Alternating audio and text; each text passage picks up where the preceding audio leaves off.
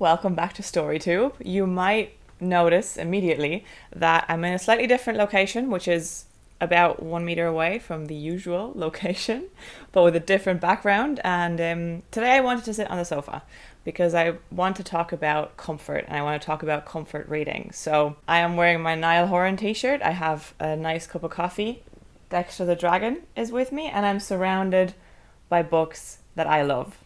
So let's get right into it.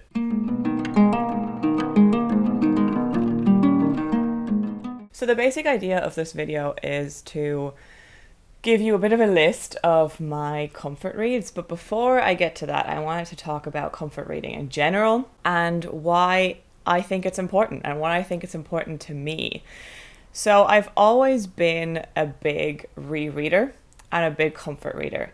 I have always had very long TBRs, even before I knew to call them TBRs. They were just piles of books on my nightstand that I wanted to read. But I never used to feel a lot of pressure of getting through them in a certain amount of time or anything like that. I always read very much what I felt like reading in the moment, and more often than not, that ended up being something that I'd already read before. And I think having a BookTube channel in the last year has, without me realizing it, created that kind of pressure of, no, you need to keep going with new things because you want to talk about them on the channel, or just because in general people are talking about them and I'm just exposed to so many books on a daily basis that the list seems completely out of control. And there's, oh, buddy reads here and this new release there, and like, oh, I got an arc for this. And it was creating a lot of, not pressure, it sounds too negative because I'm excited about all of that, but I burnt out a little bit towards the midpoint of this year, and I found myself in July craving some comfort and craving to reread some books that I've read many, many times before. And that's why I wanted to make this video, because I think a lot of us feel that way. A lot of us just love reading and love stories and read for entertainment and comfort as one of the reasons, and sometimes it's just okay to do that, and there's value in that. There's value in rereading in general. It doesn't have to be your favorite book that you're rereading, but I think every time you reread a book, the experience is different than when you read it the first time or the second time or the third time, partially because you pick up on new things that you didn't pick up on the first time. Sometimes it can be to the book's detriment, sometimes not, especially if you love the book. But you're also just in different points in your life every time you pick it up. So you might read a book when you're 15 and love it for one reason, and then read it again when you're 25 and love it for a completely different reason, or cease to love it. That's also possible. That is the risk of rereading a book. And there are some books that I kind of want to reread, but I'm scared of doing so because I want to preserve the memory, and I fear they might not be as good as an adult, but that's a different subject matter. There's also just something inherently comforting about sinking back into a story that you know and love, and about reuniting with the characters that you know and love. And usually what happens to me is that when a lot of stuff is happening in life, it doesn't have to be bad stuff, just in general, changes, decisions to be made, uncertainty, stress, high workload, whatever it is, I just find myself wanting to hide away and escape with my fictional friends. And that is what comfort rereading does. It provides you with some safety and a hot, beverage and a nice blanket, and it feels like a hug. So, without further ado, I want to talk about what my biggest comfort reads are, and I've kind of grouped them. I'm not going to rank them, but I did group them into three, I guess, categories, because look, you can tell me not to rank, but I need some sort of structure. The first category is up and coming comfort reads, because at the end of the day, it's going to be more comforting if it's been with me for a long time. So most of these are books that have been in my life for a decade or two, but I wanted to give some books a chance and a shout out that I've discovered more recently that I feel like there are already becoming or will become comfort reads of the future. And there's 3 of those. The first one, and now some of these are just full series, and I've just grabbed one to represent them. And in this case, I've grabbed Ship of Magic by Robin Hobb. So I think the Realm of the Elderling series in general, but particularly Farseer and Live Ship Traders, maybe more than anything else because it was my favorite, will be future comfort reads that I reread over and over again. I had the urge to reread Live Ship as soon as I finished Ship of Destiny. And if Tawnyman was not yet published, I probably would have. Because I've done that before, finish the last in a book and just go straight away to the beginning and read them all again and just keep going until I feel emotionally prepared to continue. So I've been craving a reread of this for about 2 years now, and I'm excited for the day that finally happens. So even though I've only read each of these books once, I think they will become comfort reads in the future. The next one in this category is Book Lovers by Emily Henry, but to be honest, most of what I've read by Emily Henry would fit the category. Kind of like with Live Ship, I wanted to reread Book Lovers as soon as I finished it, and I kind of feel like it'll happen this year and I'll just read it again because I've now read everything that Emily Henry has published in terms of adult contemporary romance. This book is just wonderful. It's the ultimate rom-com escapism for me. So I don't have much more to say about it, but I can see myself picking up this book every year, every couple of years, read it in a day, and just get all the fuzzy feelings again. And now the third one in this category kind of already qualifies as a comfort read because I discovered this series in 2022 and I've already read the first book 3 times and I'm currently in the middle of a reread. But still, it's only been in my life for 2.5 years, so it fits into this category, and that is, of course, Red Rising by Pierce Brown.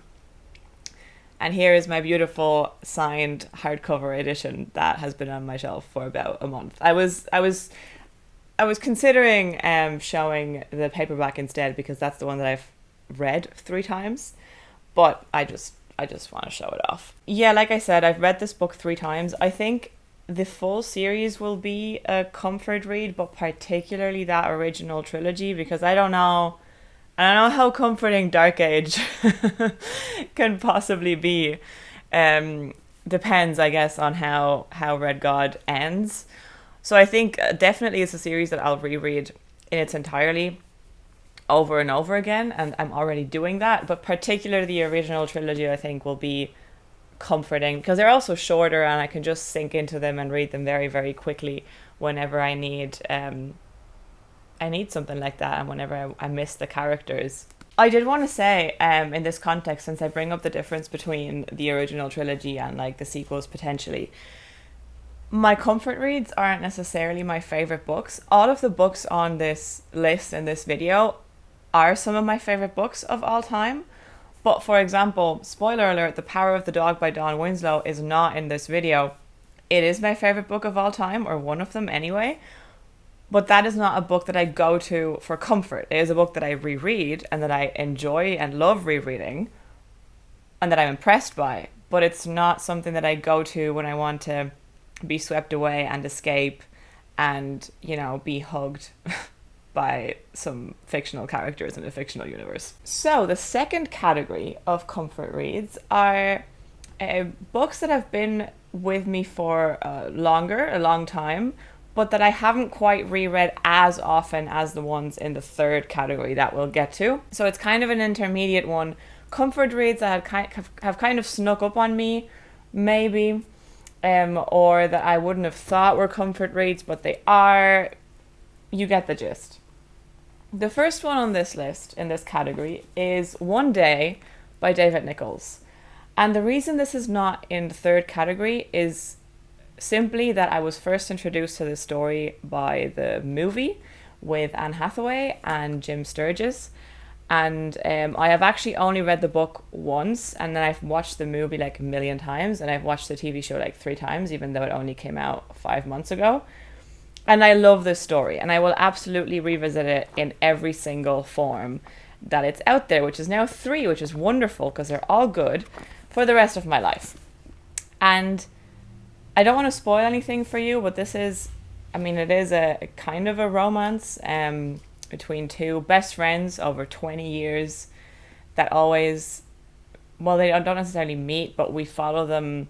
They meet on the 15th of July in the 80s at their college graduation, and then we check in with them every 15th of July for the next 20 years, which I find to be a very satisfying structure. It's just about life. It's just about figuring out what you want to do in your 20s and your 30s and into the early 40s, and reflecting on it and having a bit of a crisis. Um, and about these two people and how they fall in love and try to figure things out. And there's a lot of anxiety in it, but I find it very, very comforting. And I'm actually excited to go back to the book after having watched the TV show, which I thought was an incredible adaptation and even better than the movie, even though I love the movie with all my heart. But I think the TV show is better. So this is why it's in category 2, because I don't only love the book, but I love the story. So when I read the book for the first time, I felt like I'd read it before. The second one in this category is The Hunger Games by Suzanne Collins. And this is the entire trilogy, but I picked the first one as a representative for it. And this one kind of snuck up on me because I have never considered The Hunger Games to be one of my favorite books. I think I was a tiny bit too old when it came out and the hype started for it. All my friends were reading it, but I was reading Song of Ice and Fire and I thought I was too good for it. And then I finally gave in and read it and really, really enjoyed it. But it's always just stuck with me as a series that I really enjoyed at the time, and that was kind of it. But I realized that I've actually reread these books a deceptive amount of times. Like, I've probably read the series 3, 4, 5 times, something like that, which is a considerable amount. And a couple of years ago, when my cat got sick, it was not Bilbo or Ginny, my childhood cat, who was very old. I was reading The Blade itself at the time, which I DNF'd because I was not in the headspace for it. And I fled to The Hunger Games. I don't know why. At the time, my brain just said, this is what you need to be reading to distract you right now. And I binged the trilogy. I actually had to go out and buy the second and the third one because we didn't own them at the time. Because my copies were in Spanish. So it deserves a spot on this list. It's not on the level of love and reverence that I feel for all of the books in the third category that we're going to get to now, but it has snuck up on me and it absolutely qualifies as a comfort read. The third and last in this category is A Tale of Two Cities by Charles Dickens. This book is just wonderful, and the reason it's not in the last category is that I've not read it that many times. I've actually only read it twice. Oh no, my copy's a bit dirty. But I adore it. I adore it so much. I am actually really due for a reread and also a read of some more Dickens, because I haven't read a new to me Dickens in years now. And I love Dickens. I love how he writes. I love his command of the English language. It's my favourite thing to read in winter when it's cold and you want to be comfortable on the sofa with blankets and a cup of tea or coffee and just sink into beautiful prose with colourful characters. And London in the 19th century is a setting that I love. And this book is just special. It's historical fiction. It was historical fiction at the time. It's set at the time of the French Revolution, and the two cities are London and Paris. And the characters are wonderful, and there's so much darkness in it, and there's a little bit of melodrama, which I enjoy.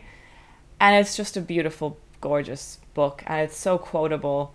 I love it so much. Okay, that brings us to category number 3, which are my ultimate comfort books. These are books that I love with all of my heart and soul. And I think if Horcruxes were real, these would be mine. And if you read them, you will know who I am to the core of my being. So, where do we start? We'll start with, I have 4 books here. And we'll start with The Name of the Wind by Patrick Rothfuss. I feel like lately, this series has lost esteem because of the controversies around Patrick Rothfuss, like his whole like charity ordeal, and the fact that he doesn't seem to have really written anything of Doors of Stone. For a long time, him and George R. R. Martin seem to be in the same boat, but I think a lot of us have more faith in George coming out with Winds of Winter than in Patrick ever publishing The Doors of Stone. But that does not diminish to me how much I love The Name of the Wind and Wise Man's Fear. I love both of them, but particularly Name of the Wind. I have actually never reread Wise Man's Fear because I told myself that I would do so when the third book was announced, because I read that in like 2012, shortly after it came out. Don't talk to me. But The Name of the Wind I've read 3 times. The last time was when I moved to Ireland. There's actually a couple of books on this list that I reread when I moved to Ireland, because that's what what happens, right? Like, you're in a new environment, everything is new, so you need a constant with you. And the first thing I did was go out and buy some of my favorite books so I could have them with me and read them. And I think The Name of the Wind is wonderful. It is one of my favorite kinds of fantasy, or my favorite kind of fantasy, really. Like, just a story that sweeps you away. And I'm a sucker for good stories. And I love his writing style. I think it's beautiful.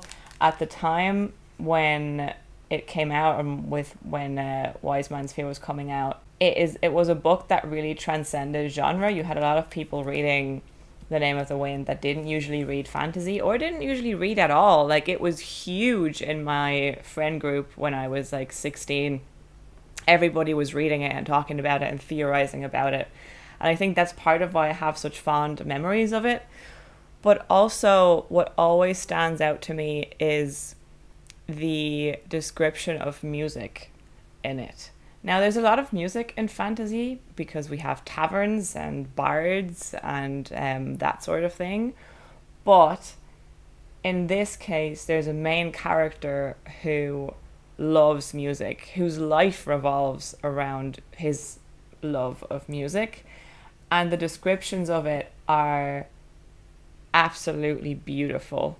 And it's one of the main things I remember about the book and that make me love it so much. Like, the stakes were so high for me whenever it's about him playing music.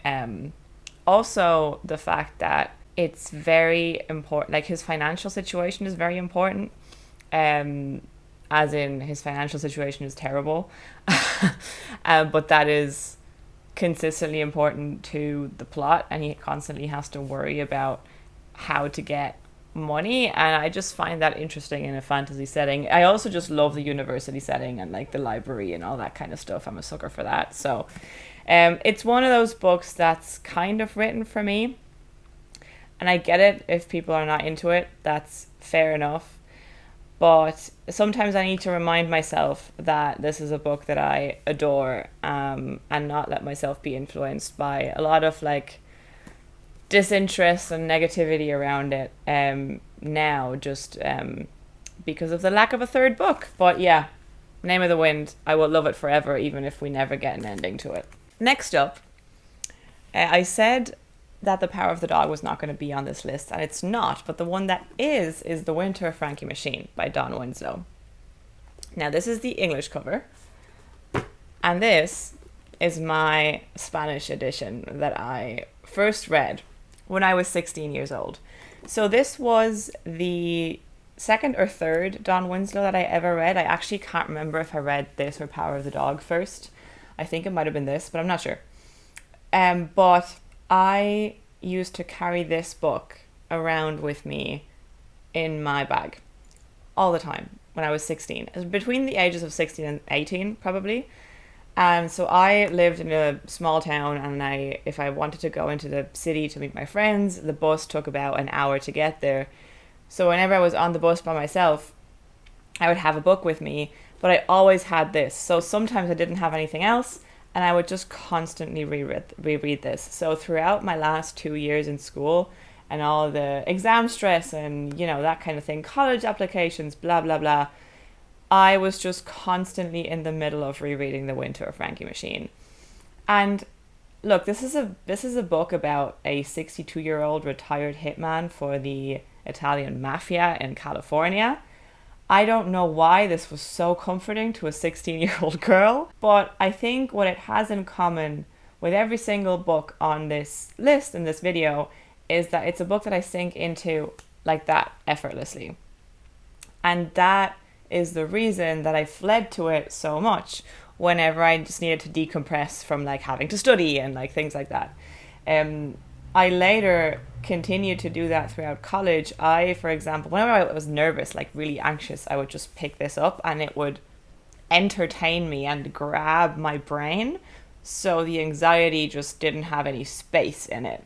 So when I was doing my driver's license, which I got when I was like 19, I remember being in the waiting room to go do my theory test, and I was reading this because I was so nervous, and it really helped calm me down. I think it's one of the reasons that I passed that exam, to be honest, because oh my god, I was so bad at it. So yeah, The Winter of Frankie Machine will forever be special for those reasons, and this particular edition will forever be special. One of my best friends bought a nicer edition for me when I moved away for college, and I had said to him that I wanted to buy a nice edition of the book because I loved it so much, and yet when it came to moving, I brought this one because this is the one that I carried with me, and it's like a talisman, and I don't even know where the other one is, to be honest. I think it's still at my mother's house.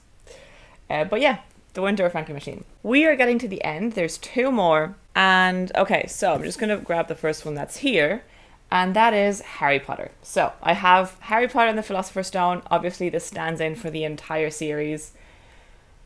I grew up with Harry Potter. I don't remember a time in my life that I didn't know Harry Potter. My mother picked this up to give to my older cousin for his birthday, but read it first to see if it was appropriate, loved it, and then told it to me because I was like 3 or something, or 4. And the rest is history. So my entire childhood revolves around these books. They help me understand the world and how to see it and build values. Some of my favorite memories revolve around like a new book coming out, and a lot of it relates very, very strongly to my mother because we would anticipate them together and experience all of that together.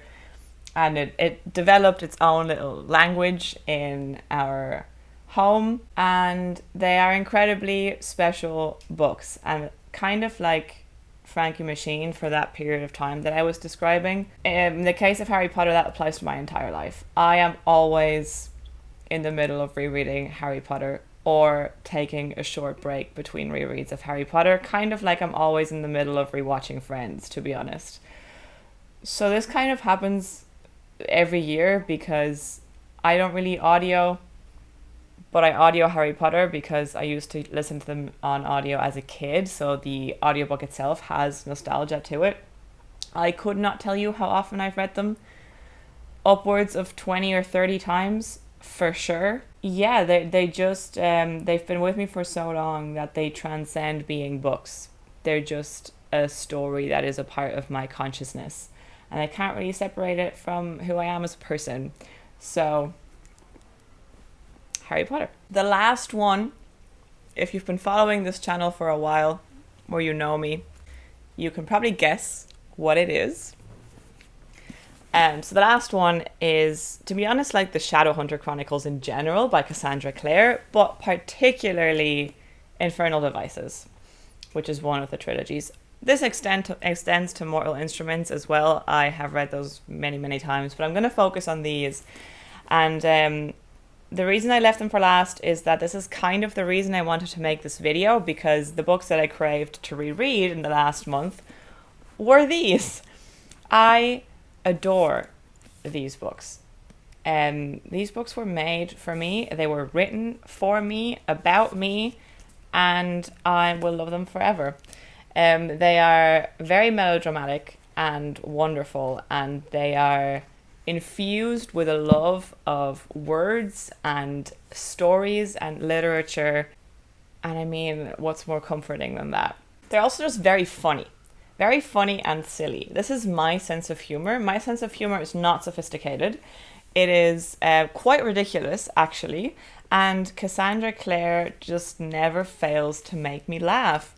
And I was thinking the other day about how many times I've read these books in particular, and I think it's been about 8 times, 7 or 8 times for the entire series. And I know a lot of the quotes by heart, and she still makes me laugh and she still makes me cry out loud every single time. I actually finished the trilogy this morning. And the cool thing about these is kind of what I was saying at the beginning about rereading and how you might revisit books at different times in your life and get something different out of them. Because I pick these back up. I read these every couple of years, but for a while there, I saw them very much as guilty pleasures. It's a YA series.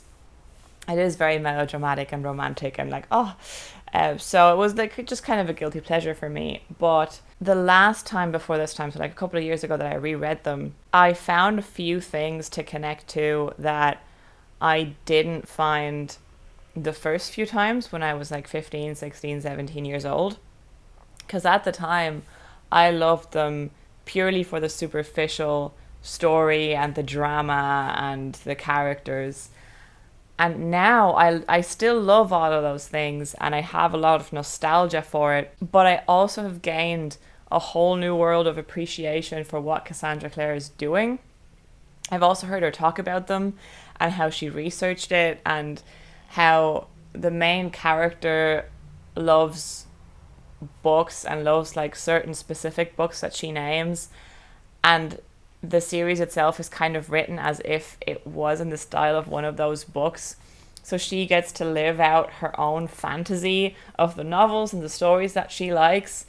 And if that is not relatable and just something that I would have fantasized about, then I don't know what is. But there's also an inherent truth to the characters and what they go through and the emotions that are depicted. And there are things that I found myself relating to in very specific ways that I didn't 10 years ago that surprised me.